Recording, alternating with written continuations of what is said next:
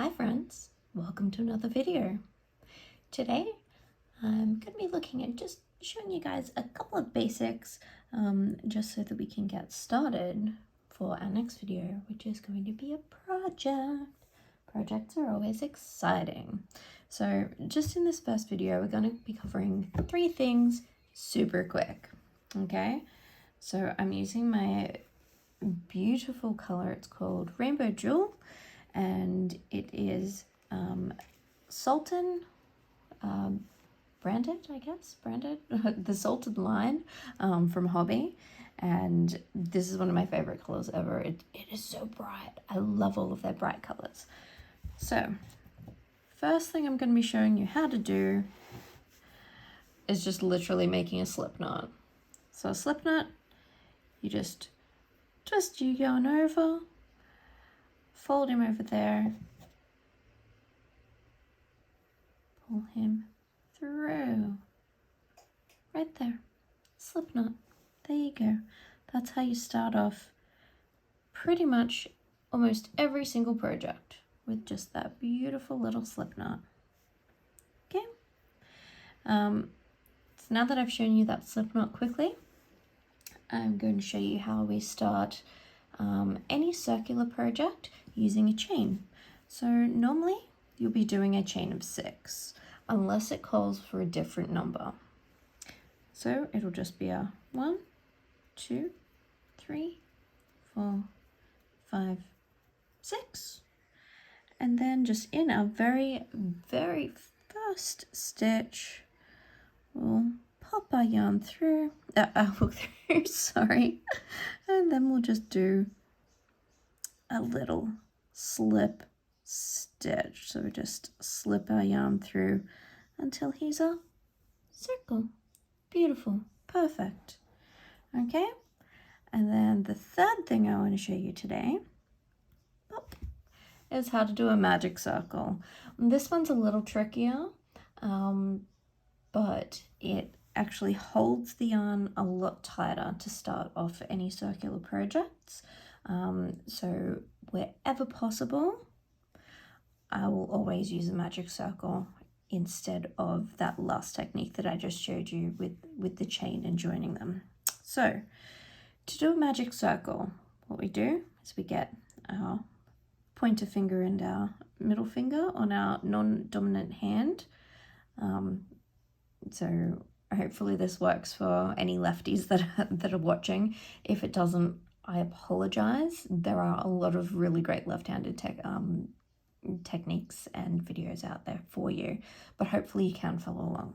Okay, so we'll just pinch our yarn there. What we do is wrap our yarn over our hand, over the fingers like this, turn our hand, and then we cross him over. So then we slip our yarn underneath the X, pull him around, and then do a twist. Now some people can just straight up crochet right from that point. I myself, I've never mastered that.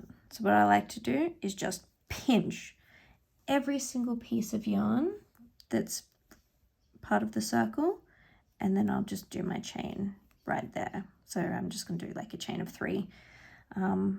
Okay, and then what you do is you just see how your yarn's kind of like in a circle right here. You can pull him tighter or pull him looser. So you just do let's say this needs to start off with a chain of 6. Okay, so 6 double crochets. So we've got 1, 2,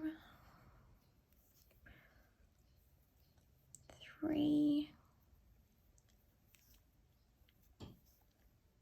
4. Oh, we stole an extra stitch there. 4, and then 2 more. 5,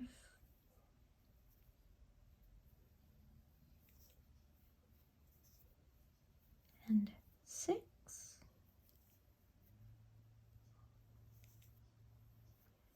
And then how do we make this magic circle? Why is it so magic? See our little tail of our yarn? Let's pull on that baby. Pull, pull, pull, pull, pull. And she's going to be a perfect circle. And then you just join with a slip stitch into your first stitch. Normally it won't be starting with like 6 stitches. Normally it'll be starting with like 8 or 12 or something like that. But basically right here is how you get your magic circle. So instead of having a chain where you'd then work the stitches around, there's no circle in the middle. It's magic, it's invisible, and gosh darn, it holds tight. It is very, very difficult to unravel your yarn if you started it with a magic circle. So those are my few little tips and tricks. Feel free to pause the video, go back, do it as many times as you want to. Just because, you know, these 3 starting techniques are probably going to be the most useful techniques in your arsenal. So remember, we wanted to start our slip stitch. So we cross him over like an X, okay? And we fold it over the top, okay? Pop our yarn in, grab both ends, loose ends, and just pull him through. Okay, and then to do our chain start, we'll do our little chain, and then we join him with a slip stitch. That's Johan that you can hear there, who's very eagerly trying to get up and get in front of the camera because he's been trying to be a little superstar today. So there you have a chain start, and then finally I'll reshow the magic circle very quickly.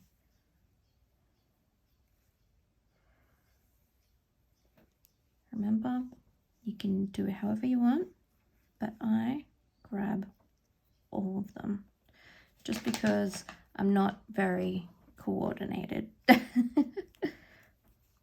3, and then you just do your stitches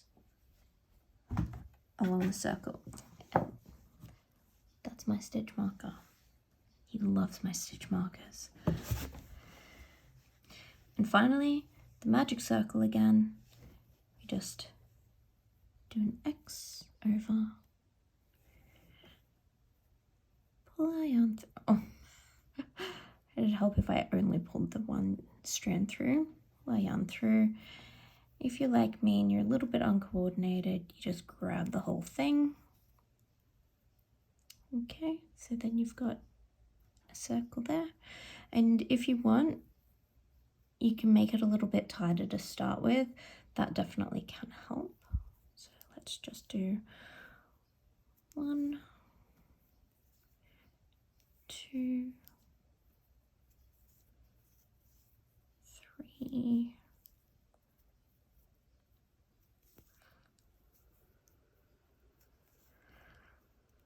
4.